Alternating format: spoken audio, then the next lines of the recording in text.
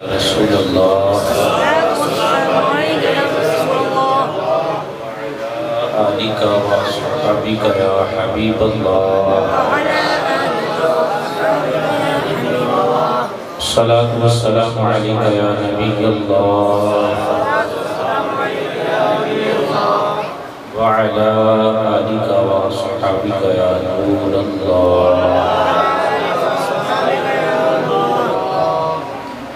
قال اللہ تبارک و تعالی فی القرآن المجید والفرقان الحمید تلک الرسل فضلنا بعضهم على بعض منهم من کلم اللہ ورفع بعضهم درجات صدق اللہ مولانا العظیم وصدق رسوله النبی الکریم الامین ونحن على ذلك لمن الشاهدين والشاكرين والحمد لله رب العالمين بلغ العلا بكماله كشف الدجى بجماله حسنت جميع خصاله صلوا عليه وآله يا صاحب الجمال ويا سيد البشر بمنه المريد لقد نبل القمر لا يمكن الثناء كما كان حقه بعد الخدا بزرگ تبی قصہ مختصر پیارے آقا مدینے والے مصطفیٰ صلی اللہ علیہ وآلہ وسلم کی بارگاہ میں درود و سلام کا نذرانہ پیش کرنے کی بے شمار فضیلتیں اور برکتیں ہیں۔ حضور نبی کریم صلی اللہ علیہ وآلہ وسلم نے احادیث مبارکہ کے اندر درود و سلام پڑھنے کے بے شمار فضائل بیان فرمائے ہیں۔ ایک حدیث پاک کے اندر آپ صلی اللہ علیہ وآلہ وسلم نے ارشاد فرمایا صلو علیہ صلی اللہ علیکم، اے لوگو تم مجھ پر درود پڑھو اللہ تم پہ اپنی رحمت نازل فرمائے گا۔ اے روز در بستان سارا مدوتیاں خوش نوا پڑھتی تھی نعت مصطفیٰ بلغ العلا بکمالہ، اور کمریاں بھی سو بسو، کمریاں بھی شوق میں ڈالے ہوئے سر توق میں پڑھتی تھی اپنے ذوق میں کشفت دجا بجمالہ، اور بلبلیں بھی کو بکو لے لے کے ہر ایک گل کی بو کرتی تھی چرچا چار سو حسنت جمیل و خصالہ، چڑیوں کے سن کے چہچہے انسان بھلا کیوں خاموش رہے، لازم ہے اس کو کہ یہ بھی کہے صلو علیہ وآلہ صلو علی الحبیب صلی اللہ علیہ وآلہ وسلم صلاۃ و سلام علیہ یا سیدی یا رسول اللہ۔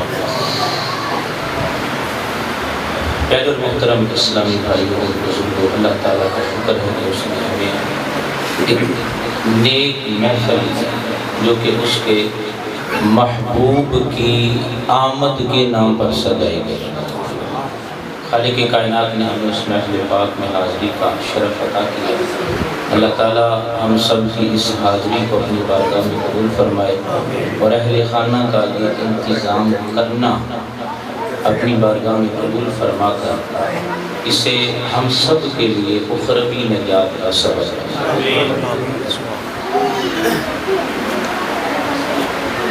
قرآن پاک کے اللہ تبارک و تعالیٰ نے جو کچھ بھی بیان کیا، علماء نے اسے مختلف حصوں میں تقسیم کیا ہے۔ بعض وہ آیات ہیں جن میں خالق کائنات اپنی توحید کو بیان فرماتا ہے، اور بعض آیات وہ ہیں جن میں اللہ تبارک و تعالی فضائل اور عظمت و شان بیان فرماتا ہے۔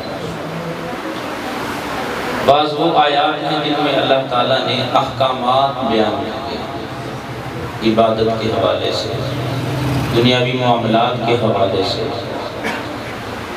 اسی طرح بعض وہ آیات ہیں جن میں اللہ تعالیٰ عقائد بیان فرماتا ہے۔ مختلف چیزیں خالق کائنات نے مختلف آیات کے تحت بیان فرمائیں۔ مفتی احمد یار خان نعیمی رحمۃ اللہ تعالیٰ علیہ آپ ارشاد فرماتے ہیں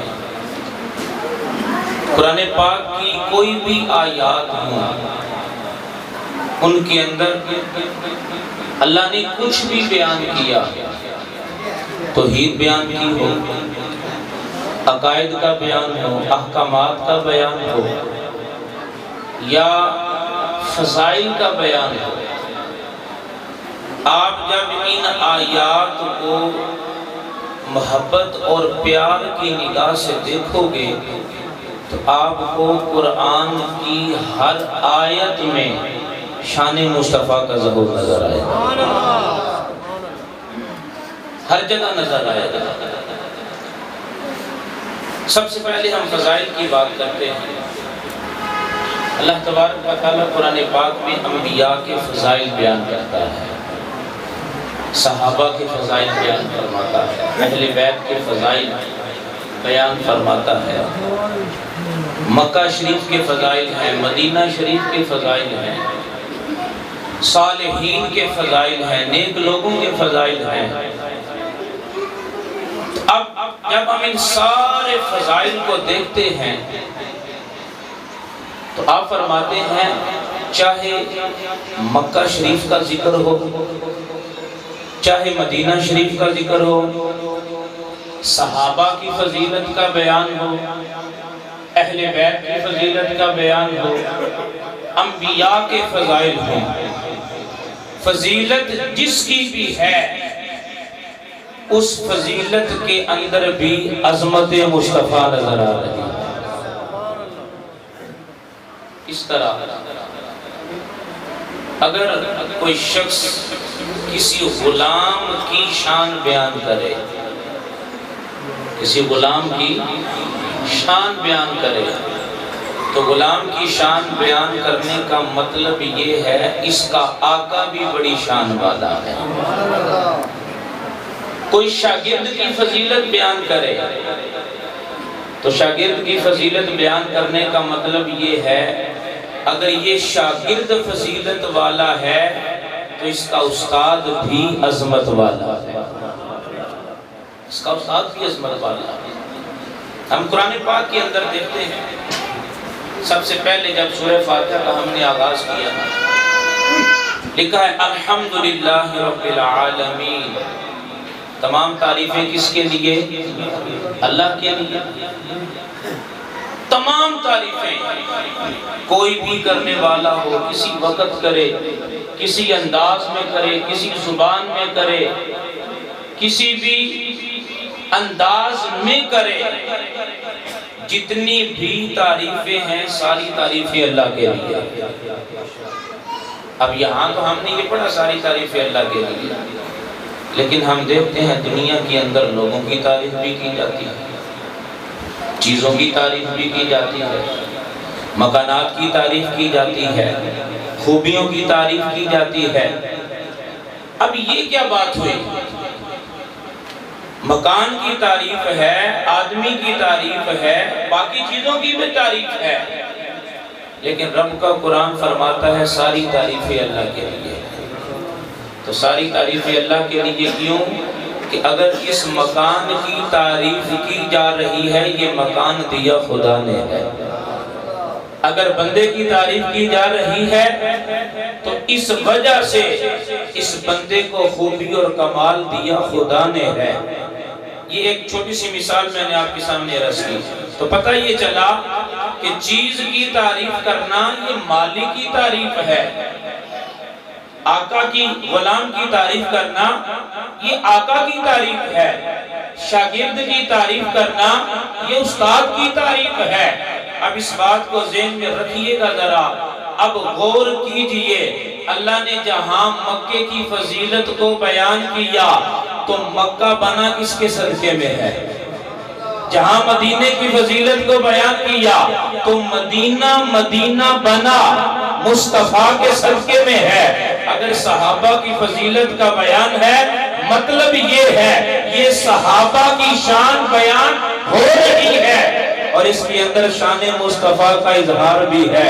اگر اہل بیت کی شان کا بیان ہے تو مطلب یہ ہے یہ اہل بیت بنائے مصطفیٰ نے ہیں، تو ان کے اندر شان مصطفیٰ کا اظہار بھی ہے۔ اور اگر حضرت آدم کی شان کا بیان ہے یہ بھی شان مصطفیٰ ہے، حضرت نوح کی شان کا بیان ہے یہ بھی شان مصطفیٰ ہے، حضرت ابراہیم کی شان کا بیان ہے یہ بھی شان مصطفیٰ ہے، حضرت موسیٰ اور عیسیٰ کی شان کا بیان ہے یہ بھی شان مصطفیٰ ہے۔ مطلب یہ بنتا ہے اللہ قرآن میں انبیاء کی شان کو بیان کرے، صحابہ کی شان کو بیان کرے، اہل بیت کی شان کو بیان کرے، نیک لوگوں کی شان کو بیان کرے، اولیاء کی شان کو بیان کرے، مکہ اور مدینہ کے فضائل کو بیان کرے، تو یہ فضائل ان کے بھی ہیں اور ان کے اندر ان کے ضمن میں رب شان مصطفیٰ کو بھی بیان کرے۔ رب شان مصطفیٰ کا اظہار بھی کرتا ہے، کیونکہ انبیاء کو نبوت میں ملی ہے تو مصطفیٰ کے صدقے میں ملی ہے۔ اب آ جائیے احکامات کی طرف۔ اللہ نے ہمیں نماز پڑھنے کا حکم دیا، حج کرنے کا حکم دیا، روزہ رکھنے کا حکم دیا، زکوٰۃ دینے کا حکم دیا۔ آج جب ہم نماز پڑھتے ہیں نا تو ہم ایک پوری ترتیب کے ساتھ پڑھتے ہیں۔ نماز پڑھنے سے پہلے ہم نے طہارت حاصل کرنی ہے، ستر عورت کا خیال رکھیں گے، استقبال قبلہ کر کے، وقت کا دھیان کر کے، نیت حاضر کر کے، پھر تکبیر تحریمہ پڑھ کر ہم کیا کرتے ہیں؟ نماز کا آغاز کرتے ہیں، اور پھر قیام کیا جاتا ہے، قرأت کی جاتی ہے، رکوع کیا جاتا ہے، سجدہ کیا جاتا ہے، قعدہ اخیرہ کیا جاتا ہے۔ یہ پوری ایک ترتیب ہے، اس ترتیب سے آگے پیچھے نہیں ہٹنا۔ اگر سجدہ پہلے کر دیا، رکوع بعد میں کیا، نماز نہیں ہوگی۔ اب سوال یہ پیدا ہے یہ ترتیب آئی کہاں سے ہے؟ طریقہ بتایا کس نے ہے؟ رب نے تو قرآن میں حکم دیا نماز ادا کرنی ہے، زکوٰۃ دینی ہے، حج کرنا ہے، روزہ رکھنا ہے۔ مولا نماز پڑھنی تو ہے، پڑھنی کس طرح ہے؟ زکوٰۃ دینی تو ہے، دینی کس طرح ہے؟ حج کرنا تو ہے، حج کرنا کس طرح ہے؟ مولا یہ احکامات کہاں سے پتہ چلیں گے؟ یہ احکامات کہاں سے پتہ چلیں گے؟ تو گویا رب کی بارگاہ سے جواب ملتا ہے نماز میری ہوگی، طریقہ مصطفیٰ کا چلے گا، نماز میری ہوگی، طریقہ مصطفیٰ کا چلے گا۔ مولا نماز میں طہارت بھی کرنی ہے، طہارت کا پتہ کہاں سے چلے گا؟ فرمایا طہارت کے مسائل جاننے ہیں، ذات مصطفیٰ سے سیکھنے ہیں، ستر عورت کے مسائل جاننے ہیں، ذات مصطفیٰ سے سیکھنے ہیں، استقبال قبلہ کے مسائل جاننے ہیں، ذات مصطفیٰ سے پتہ چلے گا۔ وقت کا طریقہ سمجھنا ہے، ذات مصطفیٰ سے پتہ چلے گا۔ تکبیر تحریمہ کیسے کرنی ہے؟ مصطفیٰ سے پتہ چلے گا۔ رکوع کرنا کیسے ہے؟ مصطفیٰ بتائیں گے۔ سجدہ کرنا کیسے ہے؟ مصطفیٰ بتائیں گے۔ قعدہ اخیرہ کیسے کرنا ہے؟ مصطفیٰ بتائیں گے۔ مطلب یہ ہے نماز رب کی پڑھنی ہے، مگر طریقہ مصطفیٰ کا چلے گا، انداز مصطفیٰ کا چلے گا، طریقہ ان کا چلے گا۔ اور پوری بحث کا نتیجہ یہ ہے آدر خدا کا ہے، طریقہ مصطفیٰ کا چلتا ہے۔